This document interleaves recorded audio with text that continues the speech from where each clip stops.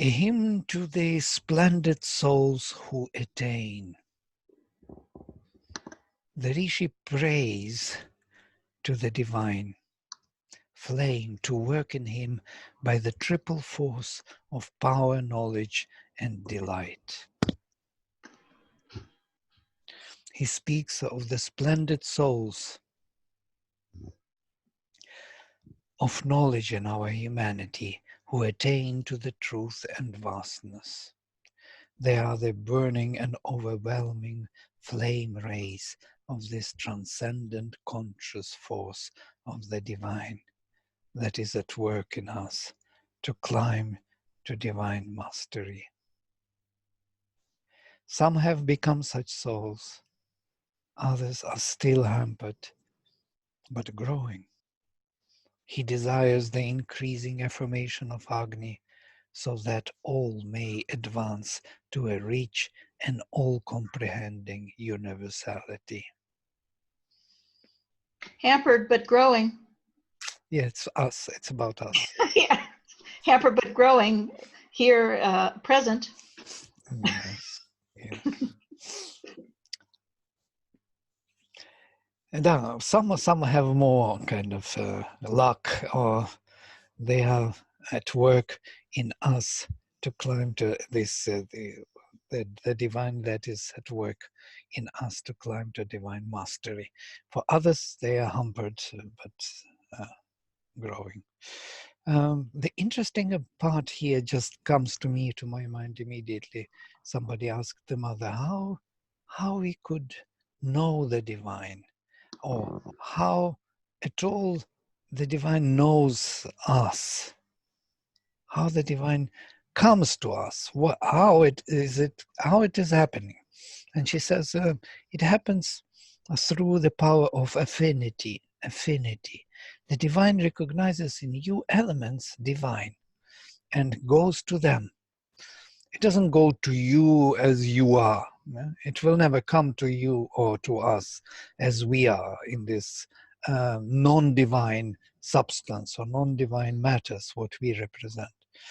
But it will come to our divine elements, which already evoke to this, to the divine presence. And through them, it will expand. It's like catching with the fire. Fire catches with the fire, as it were. Now goes to dry parts in us, which will burn. So here it's similar stories. Some of us are already there on the path totally burning, and others are still trying to kindle the fire, but still moving towards it and not leaving the path.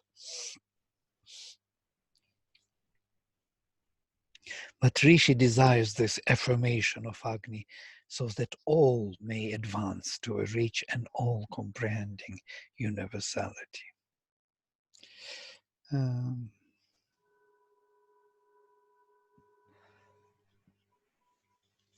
Agna, ojishtham abhara, dyumnamasmabhyam adharigo, pranoraya praniyasa ratsi vajaya pantham. O flame, O ray in our limited existence, bring for us an illumination full of utter energy. By an all-encompassing felicity, cleave forward our path towards the plenitude.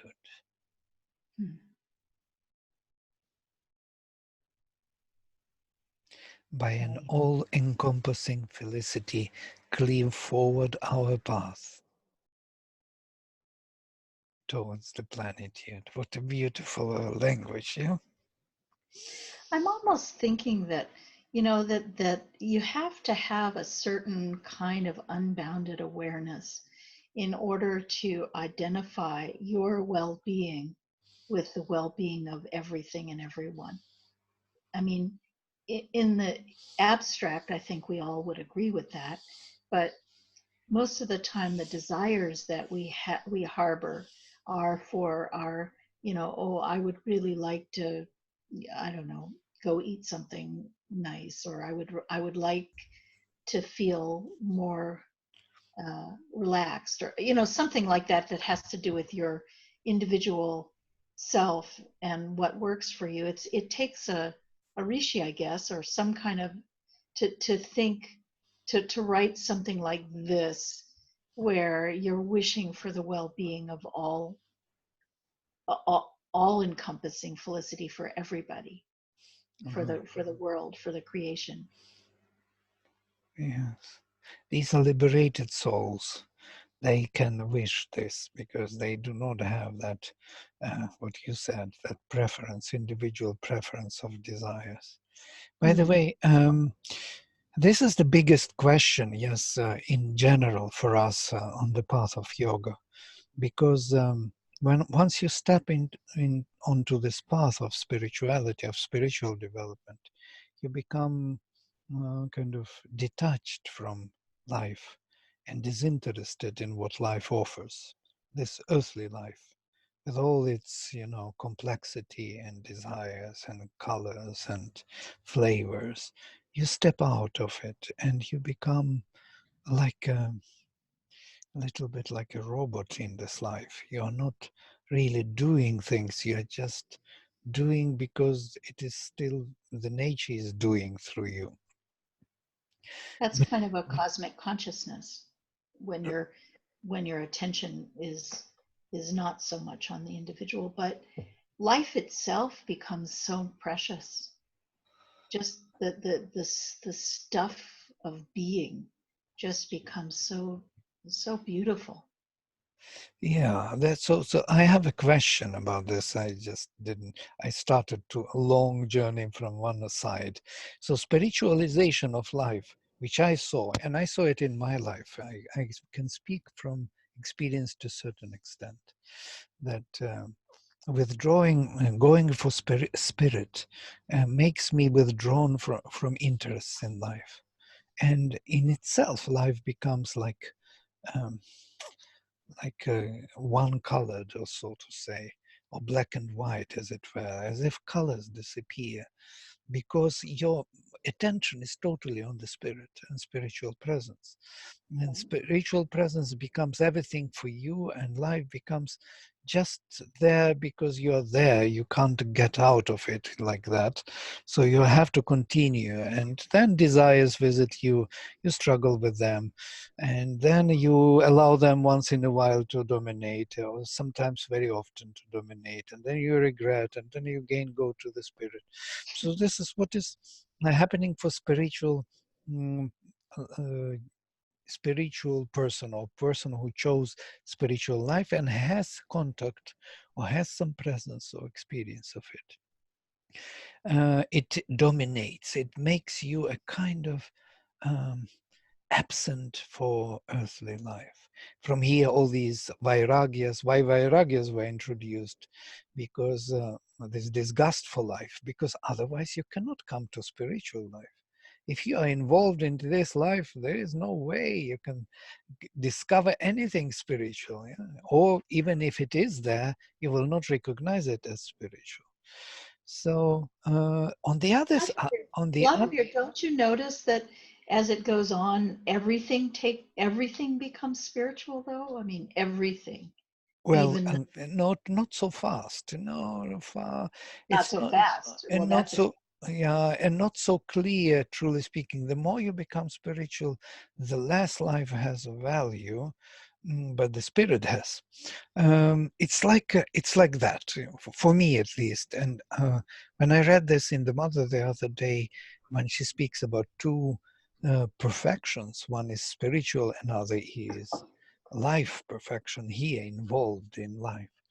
And she says that they're kind of not overlapping. It's very rare you find a person who has them both. It's so rare. And these people are, these few are selected who can do both perfections, be perfected in this outer life and in the spiritual kind of path. So and Schirbindon insists on these two being together. So, on the other hand, we have people who love life, who totally engage in it. They love food, they love colors, they love anything and everything. You remember when we were children, when we were born, how it was nice to wake up the other day. The new adventure every day. You wake up, the sun is there, or the snow, or the rain, doesn't matter. Everything is good. You are running out because there's something happening. There will be some happening. So this love for life, yes, is overwhelming, and it has its place and its how to say, value, intrinsic value. But it is not going with spiritual life together. So there is a gap between the two. The moment you start loving life too strongly, nature, everything what is there in colors, with people, with food, with I do not know, sex, and everything goes into it. Yeah, everything is on its account. You lose the contact with the spiritual, because spiritual will make it mm, totally different. No? Now, here we have an issue, big issue. Um, Neither of these are sufficient, and the perfection in the spiritual life, or in the earthly life, in the life itself, may lead you to, for example, to become a genius of some kind, or some skillful master. You can be a painter, or an artist, or a musician, composer, poet. You can achieve, realize master. You can be a great businessman who does great things. You know how to manage this power of business. Or you can be, I'm including That's everyone. not perfected. There's no possibility of perfection No, in wait a minute. No, not so fast. It's not the end of my statement. It's on the way. I'm just unfolding. Now, perfection is far away to be perfect in life. But in life, you may gain certain perfection over certain forces and become a genius like a poet, or and so on. And once you become that, it's very difficult for you to recognize that these values, or these qualities which you achieve, this mastery, is actually coming from the spiritual uh, part in you. Usually these people who achieved something, realized something, discovered in life, loving life, they will not get rid easily of that idea of self-discovery, of self-mastery, of self-attainment, because they would be so drawn to it. It would be the very source of their inspiration. They would not see that behind there is a spiritual presence, and the qualities they got are from the spirit. They would not like this idea. That's what Mother says, and I agree with her. I've seen these talented people in the world. They're not going to give up and say, this is not me and that is the spirit who did this to me. Very rare, few who would do it. They chosen, selected souls who would do this.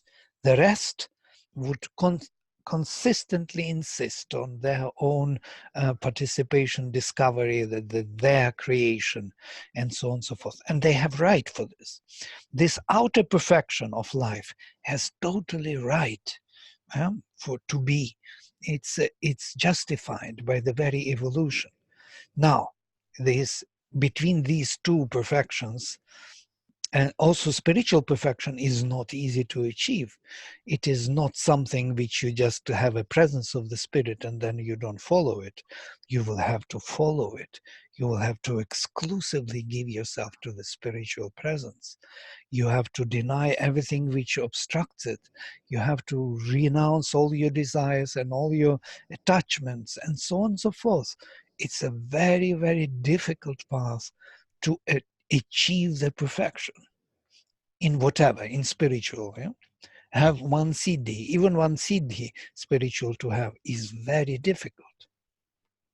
The same difficult as to achieve siddhi in the realm of loving life, as it is, as children are waking up.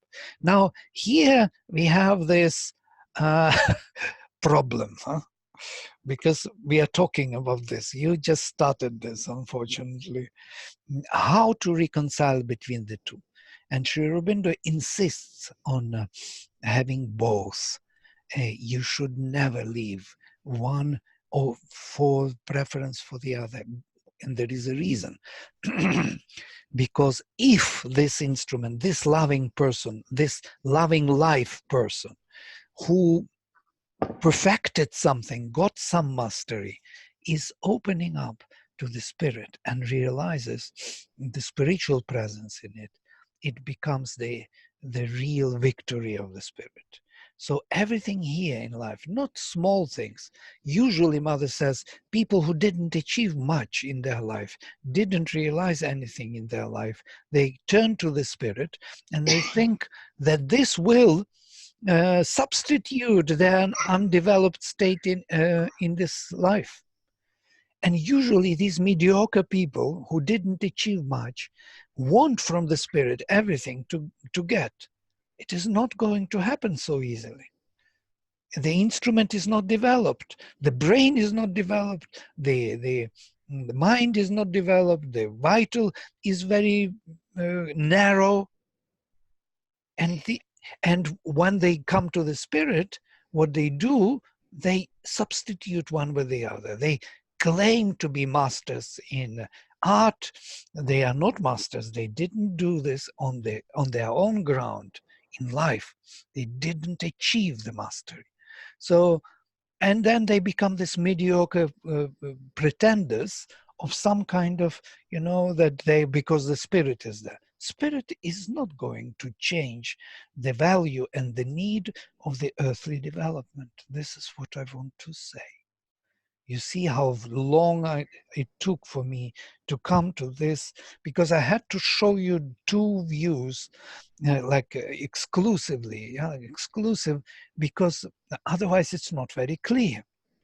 Everything looking like hodgepodge. Everything is there, but nothing is there. So there is no clarity, and there is no firm and total understanding of what is going on or what we are here to do. So from this point of view, I started to respect people who do live in life and try to love life. Not try to love, they love life. They love everything in it. They love relations, they suffer them, they love food, they love colors, they like everything, and they do not know about the spirit. And I understand why they don't know.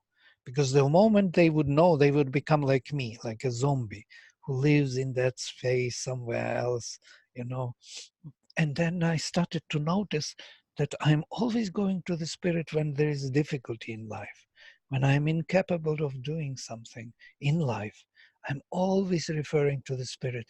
It's as if I'm running away, always kind of going into the better space where I can settle for a while. And this I don't like. I don't like this. I need something more real, something truer than this. And now the final accord. It is Rig Veda which gives you this. It gives you both. It gives you the spiritual presence and involvement in life. Because isn't that what the rishis are constantly, exhorting us to bring heaven to earth? Right. That's our goal, that's our job. And if you're withdrawn and morose and tired and and listless and feeling like there's nothing there, then you're not bringing heaven to earth. You're just allowing yourself to rot in the body that you're in. Yeah. Well, I was thinking of a biographical example from a world I know, which is motorsports. There was a amazing race car driver, Ayrton Senna, in Brazil, and he really, he would win. He was the world's best race driver at a certain point, but he also and so he was really engaged in life. Totally. You have to be to to do that, and yet he did, he did his spiritual work. He was a devout Catholic. He had set up foundations because he had accumulated a huge fortune, and he died in a racing accident. I think he had some premonition, but through his foundation, he basically has educated an entire generation of children in Brazil. His fortune was that huge. So I think he's perhaps an example of what you're saying there. Yeah, it's one of those strange shifts which take place, and many such talented, not many, few talented people who achieve certain mastery, when they turn towards the divine, they become most valuable instruments. Yeah. Here, if we read this, we can see immediately our point. Yeah, the first shloka, yeah? Of flame or ray in our limited existence. This is what we are. We are this limited existence. So the Rishi already views it. He sees both. He sees limited existence and presence of the spirit, but he is not denying the existence. He is not disinterested to it on that ground. Yeah? Bring for us an illumination full of utter energy. Energy has to be here, not just knowledge, not just viewing life as if from behind or from, from above, somewhere from far away, sitting on the cloud and being happy by yourself, knowing that nothing can touch you anymore because you found something which is not involved. No. It has to be full of utter energy, Is that illumination. energy, is that Rajas? No, it is that energy? Illumination full of utter energy. Illumination. Dynamism. So it is sattva which is becoming rajasic, if you will. Rajasic sattva. If you speak in terms of gunas, it's totally different language. But Yes. By, Well, I'm just trying to think about what that energy might be more actually deeper than just Rajas, because it's like the dynamism of just life itself. It's the juice of what life as on this planet, on this plane is made up of. It's that it's like consciousness vibrating. right. You see, he speaks about illumination full of utter energy. He doesn't speak about utter energy. Yeah, he speaks about the light of consciousness, Yes. which is full of energy. What's the word in the shloka? What's the grammar of it? Dyumnam. Is that accusative? Dyumnam is the light. So it's a neuter. Yes. Dyumnam, yes, it's a neuter. Dyumna, Dyumatsena, you remember Dyumatsena? Dyumatsena, yeah, the rishi. Dyumatsena, yes, that was one of those father of Satyavan. Yeah, Ashwapati and Dyumatsena, the two kings, king of power and king of knowledge. Dyumna is from root Dyauh, yeah, from div, to shine, from here deva, divine. So this light full of power, adharigas. It's another word here, it is given. Adhari gu, irresistible, heavenly killer of victims. Killer of victims. Yeah. Irresistible, that makes more sense though, doesn't it? Irresistible gu, light. Adhari gu. So that's the same gu from Gauh. guru. And no, it is from Go. Go is Gauh, the light, the ray of light. What is shaucha? Shaucha is purity. Purity. Okay. In Hindi, you have shauchalaya, a bathroom where you go to clean yourself. Hmm. Mm. Okay. What is shuchi the same as shaucha? Yeah, it's from root shuch, actually, to burn. Yes, from here, shukla, white. From here, shochati, flames, and also pains. Shochati also suffers because he burns. This burning.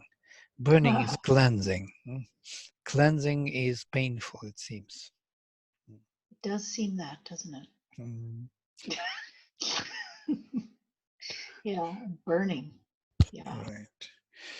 So rishis offer this path where both are there intrinsically present, and that perfection of the highest, and the spiritual perfection and earthly life perfection. You can hear this in every verse. There is never separation. First of all, this ray into our limited experience, our limited existence, bring for us illumination full of utter energy, and by the all-encompassing felicity, cleave forward our path, this path in life, loving life, here, not just any other path. Cleave forward our path towards the plenitude, the spiritual plenitude. And Mother concludes this that actually why Sri Aurobindo insists on these two paths being together held, because only by the spiritual power you can transform this earthly life. That's why loving life has to open up to the spirit and allow it to come. And with that love becomes totally different power. Most probably that is the Agni, that love for life, which will become purified like flames, purified by the spirit. One can affect and change life. That But is that's that. what it says, cleave. So that's the answer right there. I mean, there's no question once that word cleave is in there, Mm, because what like a cloven hoof is a single one that has two um, sections. It's a single thing, but it's cleaving means both of them are there, and without them both being there, the animal couldn't move, he couldn't walk, he couldn't run, he couldn't. You, that to cleave means cutting it in half, cutting it mm, in half. So it's describing that it needs to be both, that mm. it's all encompassing felicity, it's everything. And how he puts it, cleave forward, not just Yes, cleave, and leave, but leave and cleave, leave. yeah, but cleave and move forward. But kind of cleaving is movement forward, kind of. It's yeah, very intuitive. Mm. And that is Ratsi. Mm. Hmm. So I liked what you said about burning being so purifying. it's from Shuch, yes. Later in classical Sanskrit, Shochati is used only for suffering, like Mashuchach, don't suffer, don't grieve. Um, but it is coming from root shuch, to flame, to burn.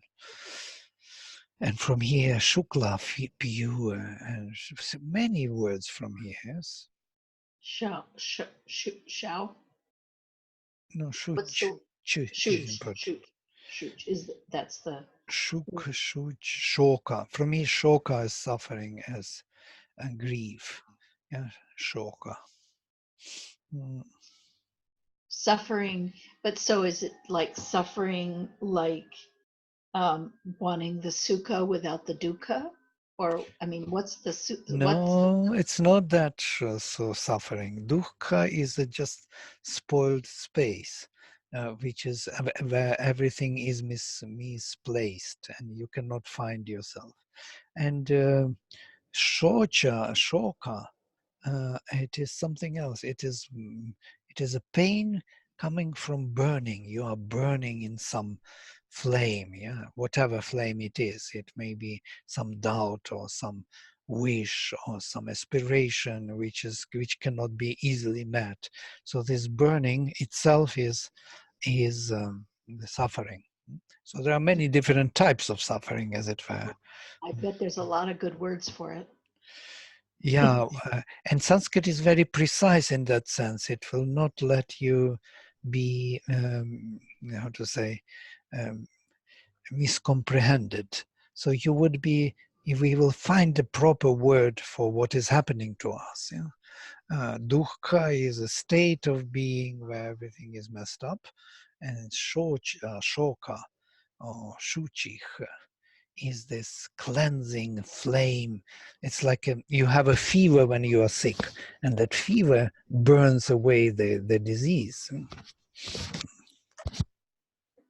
Hmm. Yeah, radiation. Right. And many times even doctors say you should not give the paracetamol or something too soon, to get rid of this fever, because fever is good for the body. It really does work, cleansing work. All right. Let us then maybe take another verse, or let us go through this, what I wrote. Yeah, that's Ojishtam. Ajishtam. Okay. O Agni, bring to us the light, Dyumnam, full of power, O Jishtam, O irresistible ray of knowledge, Adharigah, Adharigo, sorry. Adharigo is of Adharigu, that which cannot be, the ray which cannot be held or sustained or withheld, rather. From root dhri, to hold.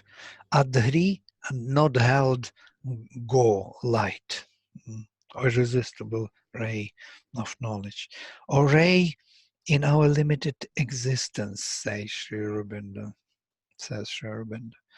Go is cow, bull, or ray of light of all knowledge. Adhri is that which cannot be held. Therefore, Adharigu is translated as irresistible knowledge. But Sri Aurobindo puts another meaning, ray in our limited existence.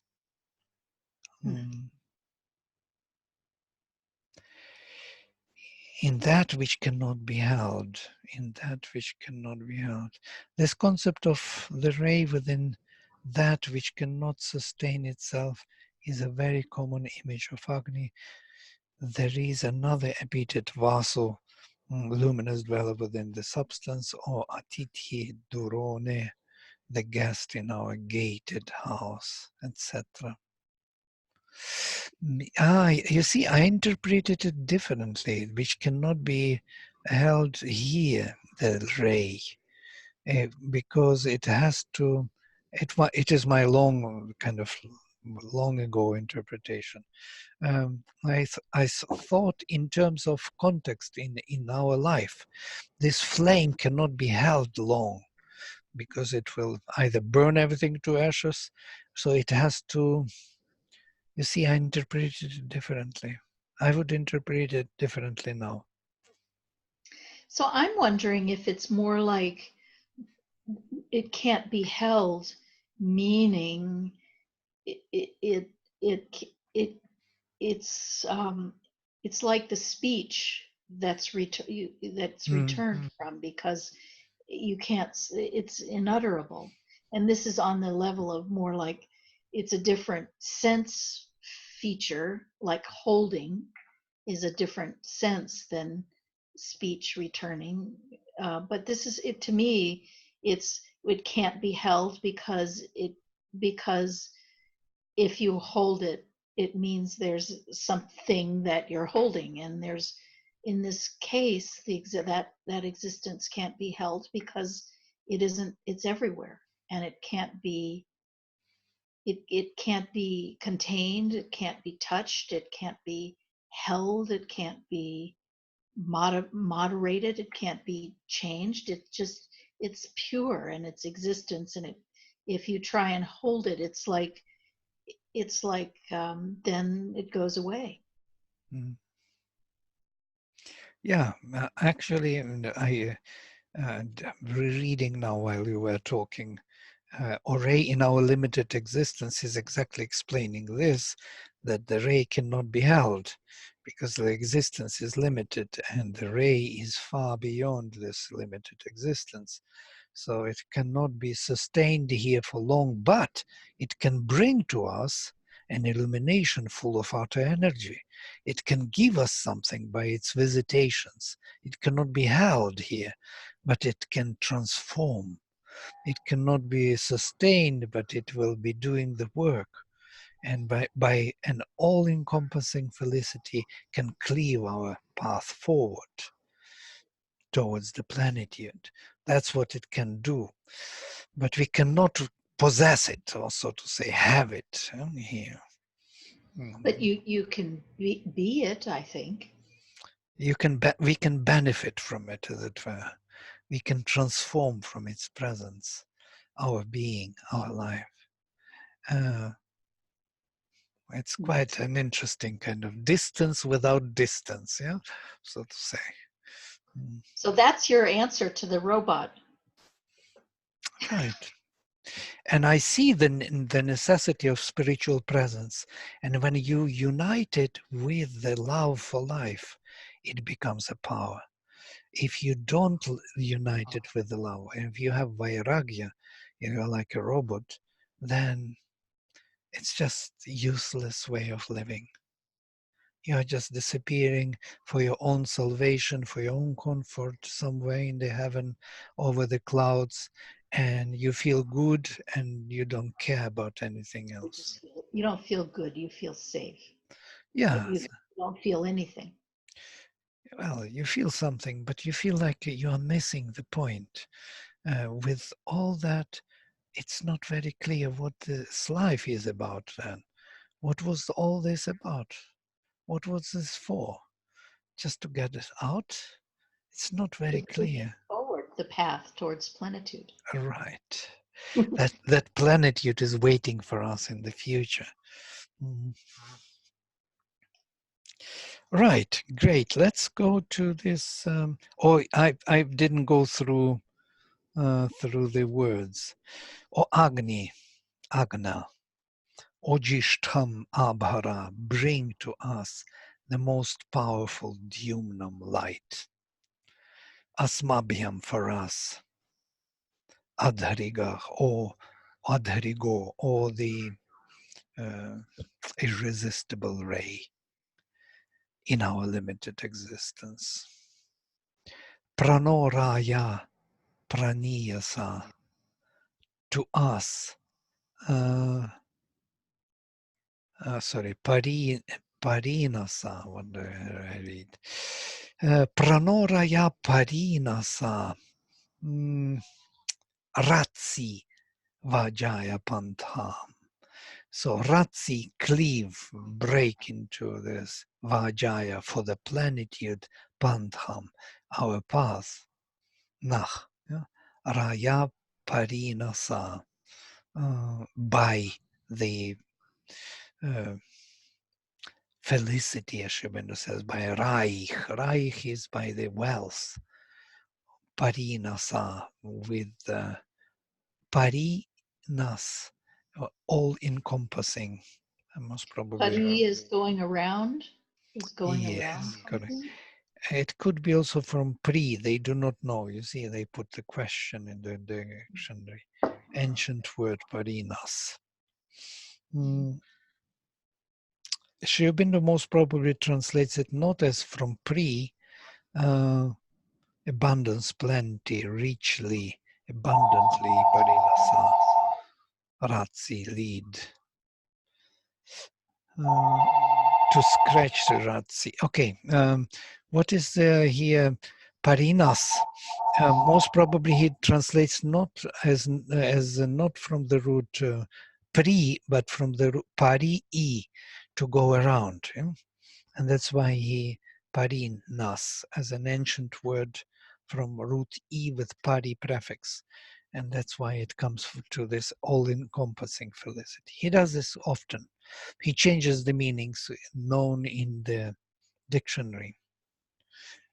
In the dictionary, it's known unknown. We do not know the root. They say pre possibly. So somebody thinks it's possible. It is possible. But parinas, it's rather pari-i, going around.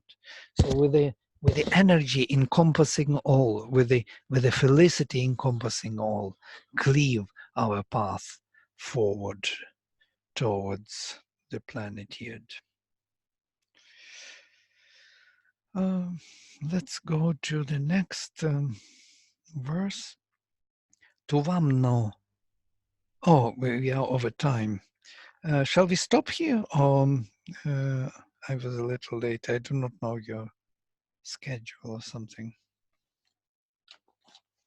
So meet in 2 weeks. Okay, we meet in 2 weeks. Wow. Lynn, are you okay to go a little further and just read this, maybe? Yes, Yeah. I'm good for a few more minutes. Oh, good. Let's read it at least. Okay.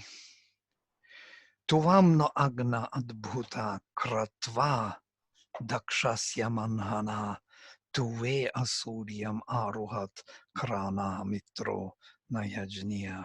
O flame, thou supreme Yeah. and wonderful thing, it is thou who by force of will becomest in us the greatness of discerning power. This discerning power in life is important also. We will see what is what. In thee, the all harmonizing friend in the sacrifice accomplishes the work and climbs to divine mastery. This is the mastery of the divine consciousness. The all harmonizing friend is Mitra, and the divine mastery. We have two notes, footnotes. Mitra, the Lord of Love, who introduces the principle of harmony into the workings of the divine effort in us, and thus combines all the lines of our advance, all the strands of our sacrifice, until the work is accomplished in the supreme unity of knowledge, power, and delight. And it footnote for the plenitude, for the mastery, divine mastery, Asuryam, the God power, the mastering force of the Lord, the divine Asura in us. Asura in this case, of course, the Lord of the divine power of being, from root as to be. I have you used the term earlier, a mediocre person, somebody who's mediocre, meaning somebody who has not accomplished genius or mastery in some particular facet of relative life.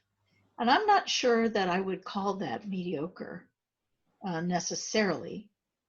I mean, or maybe I'm just thinking mediocre means kind of not really worth much.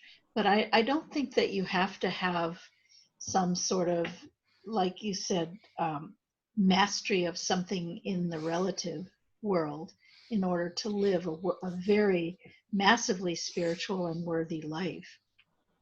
No, not really, yes. And it is very difficult once you become a master of one of these, it's very difficult to join the other. And if you are the master in the life-loving business and become a genius of some kind, it will be very difficult for you to come to the spiritual life. And at the same time, if you are a master in some spiritual progress, it's very difficult then to to come to life itself. So here we have a problem, which has to be solved, and it is solved only by the Rig Veda, as far as I know. Gita offers karma yoga, of course, in new synthesis, and Upanishads are doing something also in that direction. Not all of them, some of them, trying to bring us back to this unifying vision of these two, spiritual and loving life path. I'm Well, insisting. Gita definitely gives both. He's Nistrai Gunyo and then Yogasta Kuru Karmani. Yes, He's karma yoga. definitely telling us that both are required. Yes. Yeah, but Gita speaks about that karma yoga was lost long time, long from the beginning of time. So now he brings it back again. So it seems that this is not an easy thing to accomplish both. Yes. And to go for mastery, I mean really that, yeah. A mastery of a life through loving life is a big achievement. It It's a is. Mm. It's not a small thing. It's as big as spiritual achievement. Mm. Mm. Do you have Netflix where you are? Yes. Do you, Lynn? We do, but I don't subscribe to it. Oh, there's a really interesting show that somebody told me about, and I started watching it. It's called Lucifer. Ah, right. Yes, yes. I've It's seen a this. very interesting show because it's about the devil coming to Earth, And and he changing slowly. Yeah.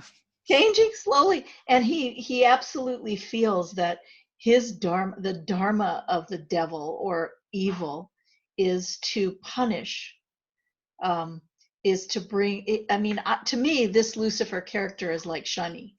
He's the one who brings the result of bad action back to the person. But it's very, very interesting to me to see this particular interpretation of evil, really.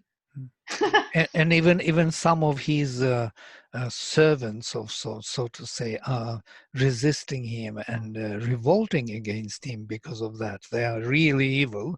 They do not understand why Lucifer is not so evil as they are, and he has to destroy them in that movie. He fights with his own servants, demons. It's quite interesting. I never saw I such think that's interpretation. interesting. That's like the vital world. This is a whole kind of little view of the vital forces, the vital world, and all the charms and all the everything about the vital world. And I I just think I'm finding it so interesting. I think it's incredibly Vedic. Yes. All right, let's then stop here and meet then next time. I'm closing with a mantra. Om Vang me manasi pratisthita mano me vachi pratishtitam aviravirma edhi vedasyama anistha shrutam me ma prahasihi anena dhitena horatran sandadhami Ritam vadishyami, satyam vadishyami, tanmamavatu, tadvaktaramavatu, avatu mam, avatu vaktaram, avatu vaktaram. Om Shanti, Shanti, Shanti. Leo. Hari Om. Okay. Thank So, you. thank So you. 2 weeks. 2 weeks, no Lynn with us. Okay, but you and I are going to, I don't know what next week is going to bring, but I'm going to plan to be here on How is Wednesday. Roger doing? What is going So on? far, so good. So far, just fine. The shit doesn't hit the fan until next week. Do you use this soda? Does it help, or vitamin Little C? bit, yeah. It's not do it a little bit. It does, everything helps a little bit. Okay. Okay. All the best, and see you. Thank you. Thank you. Bye.